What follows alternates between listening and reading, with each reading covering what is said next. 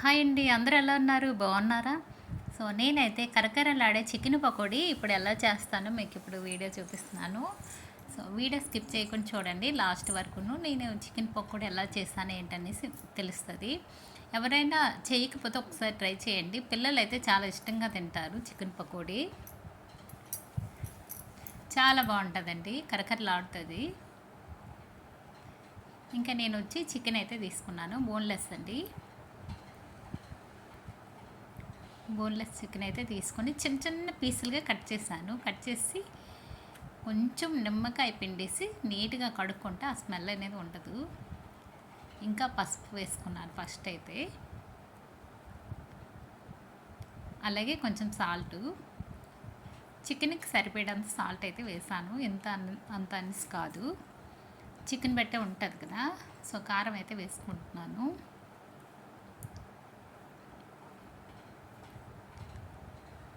కారం కూడా సేమ్ అలాగేనండి వేస్తున్నాను. చికెన్ పకోడీ చాలా బాగుంటుంది. ఒకసారి ఎవరైనా ట్రై చేయండి, సూపర్గా ఉంటుంది. అలాగే కొంచెం మసాలా పౌడర్ అయితే వేసాను.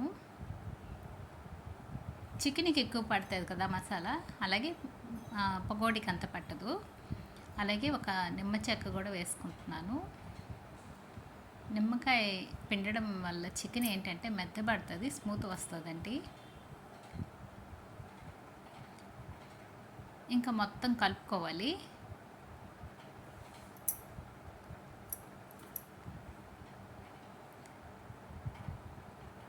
ఇంకా దీనిలో కార్న్‌ఫ్లోర్ వేసుకోవాలి, వరిపిండి వేసుకోవాలి. వరిపిండి వచ్చి ఇంకా నేనైతే కొంచెం వేస్తున్నానండి.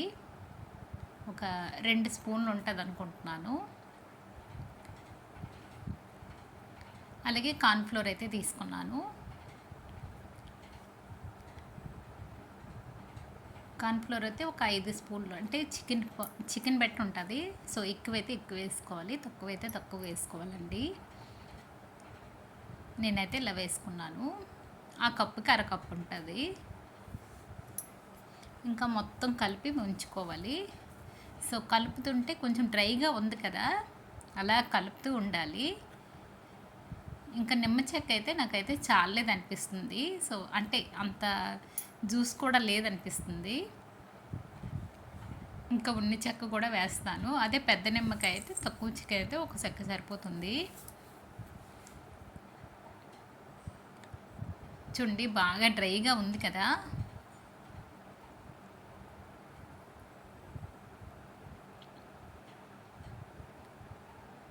బాగా డ్రైగా ఉంది కదా, ఇంకొక చెక్క అయితే వేసేస్తున్నాను.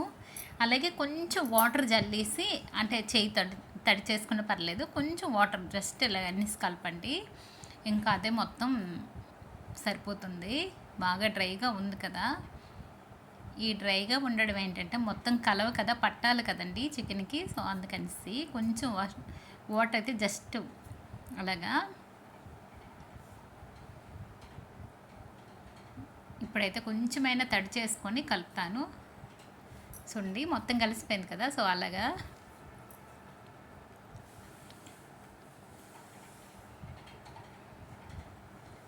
ఇప్పుడు కలిపేశాక 1 అవర్ అయినా ఉంచాలండి. ఇంకా ఎక్కువసేపు ఉంచినా పర్వాలేదు. చికెన్ పకోడీకి ఏంటంటే 1 అవర్ ఉంచాలి. సో ఎక్కువసేపు అయినా పర్లేదు, కానీ తక్కువ ఉంచకూడదు. అదే ఇంకా లేట్ అయిపోతుంది అంటే సో 30 మినిట్స్ అండి. అలాగే మూత పెట్టేసి పక్కన పెట్టేసా. 1 అవర్ అయిపోయింది. అయిపోయాక ఇంకా అయితే చికెన్ పకోడీ వేసుకుందాం. ఇంకా స్టవ్ వెలిగించుకొని కళాయి అయితే పెట్టేశాను. ఆయిల్ వేడెక్కుతుంది. ఇంకా నేనైతే ఒక్కొక్కటిగా వేసుకుంటున్నాను.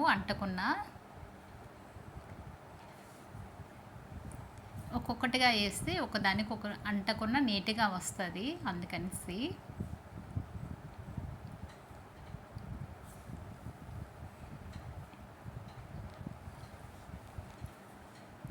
అలా మొత్తం వేసుకుంటున్నానండి.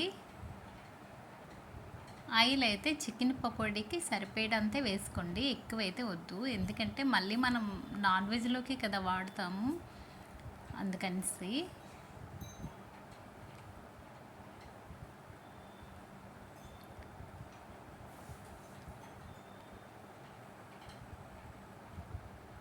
ఇంకా బాగా వేగుతుంది కదా, మధ్య మధ్యలో కలుపుతూ ఉండండి, లేకపోతే అంటుతూ ఉంటుంది.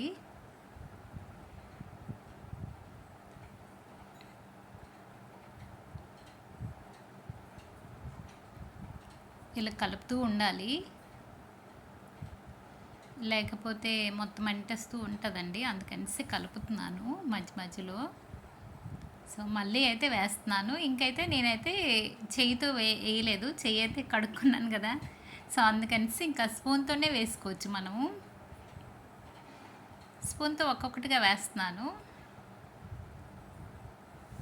చూడండి బాగా వేగుతుంది. ఫస్ట్ అయితే కొంచెం పకోడీ తీస్తాను కదా, ఇంకా లాస్ట్ వచ్చి ఇంకా పచ్చిమిర్చి ఒక 5 తీసుకొని కట్ చేశాను. ఇంకా కరివేపాకు ఇవి కూడా వేయించుకోవాలి, చాలా బాగుంటుంది అప్పుడు.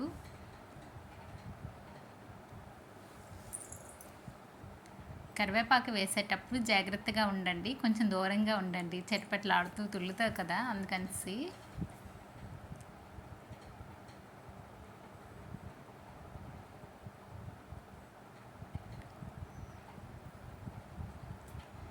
ఇంకా వేగిపోతుంది కదా. సో చికెన్ పకోడీ రెడీ అయిపోయింది. స్టవ్ అయితే ఆఫ్ చేస్తాను.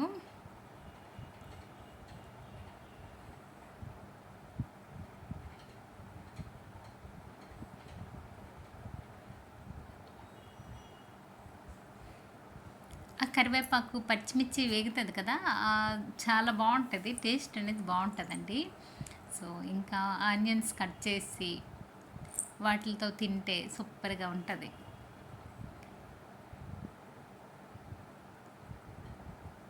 ఇంకా ఆనియన్స్ అయితే నేను కట్ చేసుకున్నాను, క్యారెట్ కూడాను.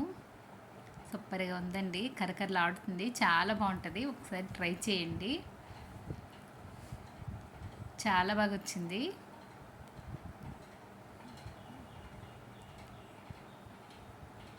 రసం అన్నంతో సూపర్గా ఉంటుందండి, లేకపోతే స్నాక్స్ లాగానే తినొచ్చు, అన్నంతో అయినా తినొచ్చు.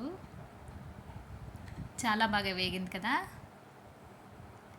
సో ఈ వీడియో కానీ నచ్చితే లైక్ చేయండి, షేర్ చేయండి, సబ్స్క్రైబ్ చేయండి ఫ్రెండ్స్. Bye bye. మళ్ళీ మరొక వీడియోతో కలుద్దాం.